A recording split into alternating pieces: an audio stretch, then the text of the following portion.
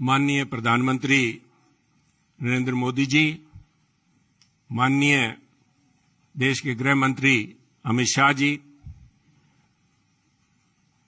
उनके साथ उनकी सहमति से मुझ जैसे व्यक्ति को आज अपनी पार्टी में शामिल होने का ये मौका दिया।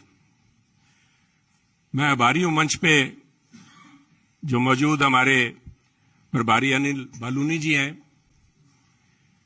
मैं आभारी हूं खास तौर पे प्रवेश वर्मा जी का, जो खास तौर पे इस मौके पे यहां पहुंचे हैं।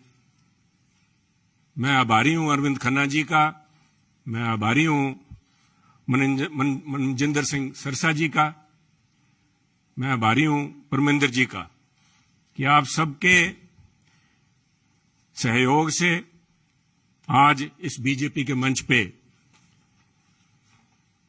नड्डा साहब की हाजिरी में बीजेपी में शामिल होने का मौका आपने दिया। धन्यवाद नड्डा साहब। आप सभी ये कोई अच्छा सॉरी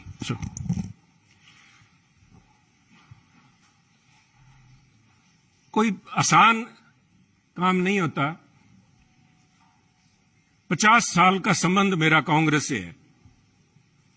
हमारी 3 पीढ़ियां कांग्रेस पार्टी में सन 1972 से लेकर आज 2022 तक हमने पार्टी को अपना परिवार समझ के अच्छे बुरे समय में साथ रहे हैं।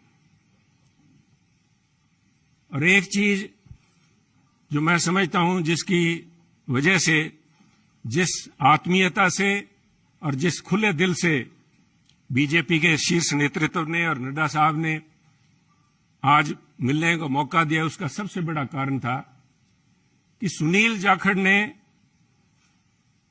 राजनीति को निजी स्वार्थ के लिए इस्तेमाल नहीं किया। सुनील जाखड़ ने कभी तोड़ने का काम नहीं किया। हमने सभी हमेशा कोशिश की है, शायद सफलता ना मिली हो, जोड़ने का काम किया है। और मैं एक ऐसे सूबे से संबंध रखता हूं, एक ऐसे प्रांत से आता हूं जो गुरुओं, संतों, पीर, पैगंबरों की धरती मानी जाती है। अगर राष्ट्रीयता की बात, जैसे नड्डा साहब ने बार बार जिस बात को एम्फेसाइज किया है, आज अगर जहां देश की जरूरत राष्ट्रीयता की भावना की है, वहां अगर राष्ट्रीयता कहीं से चालू होती है, जिसे कहते हैं उर्स्प्रुंग, द बेसिक जेनेसिस, राष्ट्रीयता, वो तभी पैदा होती है जब समाज में राष्ट्रीयता की भावना हो, एकजुटता की भावना हो। और पंजाब का मूल मंत्र ये रहा है, गुरु साहब ने, गुरु नानक देव जी ने सर्व साझीवालता की बात कब की थी? आज भी उस पर पहरा देने के लिए पंजाबी उसी तरह तत्पर खड़े हैं। अगर सुनील जाखड़ ने आज एक परिवार से 50 साल का रिश्ता तोड़ने की नौबत आई तो कोई आधारभूत बातें थीं। किसी कोई व्यक्तिगत झगड़ा नहीं था। झगड़ा राष्ट्रीयता को लेके, पंजाब की अखंडता को लेके, पंजाब की जो भाईचारा है, भाईचारक सांझ है, जिसको कि टेररिज्म AK-47 की गोलियां नहीं तोड़ पाई। जहां आपसी भाईचारे में, चाहे वो सिख हो चाहे हिंदू हो, उनके अंदर किसी किस्म का कोई द्वेष की भावना पैदा नहीं हुई। 25,000 से ज्यादा पंजाबियों ने कुर्बानी दी। पर आप भी गवाह हैं, साहब पड़ोसी दे, आपका तो पड़ोसी सूबा है। आप तो जब हिमाचल से चलते हैं, पंजाब के बीच में से होके जाते हैं, कभी भी कोई फर्क नहीं आया। किसी किस्म का कोई किसी सोच ही नहीं आई। और उसी राष्ट्रीयता की भावना के लिए पहरा दे के सुनील जाखड़ ने अपनी 50 साल की जिंदगी का वही मूल मंत्र था। परंतु दुख इस बात का है, मैं बड़े भरे मन से कह रहा हूं कि आज जब अपने परिवार से नाता तोड़ के दूसरी जगह जब मैं आया हूं यहां पे, तो उसका कारण यह था कि सुनील की आवाज, सुनील को इस बात के लिए कटघरे में खड़ा किया गया कि उसने इस बात का विरोध किया कि आप पंजाब को जाति पाति धर्म के नाम पे नहीं तोड़ सकते। पंजाब को आप परसेंटेज में नहीं दे सकते कि ये अमुक जो धर्म है, अमुक जाति है, अमुक समुदाय है, उसकी परसेंटेज कितनी है, 30% है, 40% है, 15% है। मैं समझता हूं पंजाब एक सूबा है जिसने देश के लिए template has established a template for the country every single citizen has the same right as anybody else. सबको बराबरी का, there is no second class citizen in Punjab. और इस भावना को लेके पंजाब अग्रणी सूबा रहा है, चाहे वो हमने देश की सीमाओं पे लड़ाई लड़ी है, चाहे देश के विकास में, हर सूबे प्रांत में पंजाब ने अपना नाम कमाया है। कुछ लोग बात करेंगे, क्योंकि हुआ क्या, कोई एक व्यक्ति की बात नहीं है कि एक व्यक्ति ने बोल दिया और संबंध टूट गया। वो कहना कच्ची यारी है, नहीं सब इस तरह नहीं टूटा करती। ये कोई शीशा नहीं है जो 50 साल का संबंध है। कहते हैं कोई शीशा नहीं है कि पहले हम इंसान हैं, हमने रिश्तों को निभाया है असूलों की तरह, पर जब असूल ही टूट जाएं, जब हम अपने सिद्धांत से हट जाएं, अपनी आइडियोलॉजी से हट जाएं, तो मैं समझता हूं this is a right time to have a rethink. उसको सारा सोचना पड़ता है कि हम जा किस तरफ रहे हैं, आज किस तरफ बढ़े जा रहे हैं। तो उसको लेके मैं समझता हूं कि यह निर्णय लिया गया। और क्यों निर्णय लिया गया? बीजेपी के पास, मैं क्यों बीजेपी के आपके यहां आज मंच पे बैठा हूं। सब तरह तरह की अटकलें लगाई जा रही थी सुनील को लेके, कयास लगाए जा रहे थे, क्यों बड़ा स्वाभाविक था। जिस दिन से नड्डा साहब आपने देखा कि मैंने गुड बाय बोला, मेरी तरफ से तो गुड बाय 11 तारीख को, जिस दिन मैंने देख लिया कि आवाज के ऊपर पाबंदी लगाने के लिए नोटिस जारी किए जा रहे हैं, तो आवाज नहीं रोकी जा सकती। सुनील को आप पद से हटा सकते हो, किसी से दूर कर सकते हो, सुनील की आवाज गिरवी नहीं रखी जा सकती। आवाज राष्ट्रीयता के लिए उठेगी। परंतु क्या कारण बने न साहब, मैं आज कुछ बातें आपसे शेयर, आपके पास अगर मुझे पता आपको जयपुर भी जाना है, पर 2 मिनट में लूंगा आपके कीमती समय के।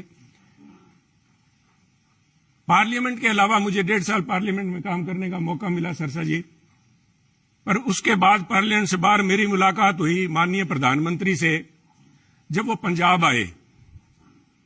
करतारपुर कॉरिडोर एक बहुत लंबे समय की मांग, बलूनी जी, जो सारे सिख समुदाय की नहीं, पूरे पंजाबियों की, जो भी व्यक्ति पंजाब से प्रवेश जी जुड़ा हुआ सबका था कि हमें करतारपुर साहब जाके हमें अपनी बात श्रद्धा नमन करने का, उसकी संभाल का, उस हमारे गुरु घर का हमें को मौका मिले।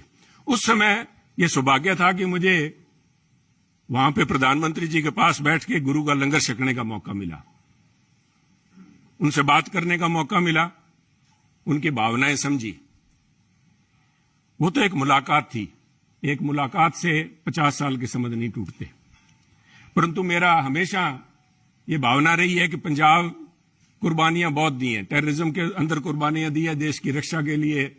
जब भी मौका पड़ा है, चाहे जब से धाड़वी पंजाब आने लगे हैं, चाहे उसके बाद पाकिस्तान हो, चाहे चाइना हो, हर पंजाबियों ने कुर्बानियां दी हैं। और उस कुर्बानियों को चलते मेरा एक मानना था हमेशा ही कि भी मौका लगा तो प्रयास करेंगे कि पंजाब को एक स्पेशल स्टेट का स्टेटस दिया जाए। नड्डा साहब, कागजों में तो अभी फॉर्मली नहीं दिया गया, कॉन्स्टिट्यूशनली तो नहीं दिया गया, बहुत सी मजबूरियां, सरकारों की वक्त की मजबूरियां होती हैं। परंतु मेरा मानना है कि व्यवहारिक तौर पे माननीय प्रधानमंत्री ने पंजाब को स्पेशल स्टेटस दे दिया। और उसका जीता जागता सबूत है जब माननीय प्रधानमंत्री ने लाल किले पे हिंद की चादर गुरु तेग बहादुर जी का 400वां प्रकाश दिवस मनाया, तो मैं समझता हूं कि उनके जो सबसे ज्यादा कट्टर विरोधी थे, उन्होंने भी अपने दिल में स्वीकार किया कि वो पंजाब की नब्ज समझ गए। पंजाब की जो भावना है कि पंजाबी मिलजुल के मानस की जात सब एक को पहचान बे, कहां कश्मीर के पंडितों को लेके चाहे आज तक संघर्ष चल रहा है, कब गुरु साहब ने यहां पे इन मुगलों के पास आके अपनी कुर्बानी दी थी। और मैं समझता हूं उस भावना को नमन है। उस भावना को जितना भी कहें, चाहे बहुत से माननीय प्रधानमंत्री ने अपने कार्यकाल के दौरान बहुत से ऐसे काम किए हैं, पर एक पंजाबी के तौर पे मैं, शायद किसी को अच्छा ना लगे, मैं समझता हूं ये जो उनका एक कदम था, ये एक इज अ लैंडमार्क।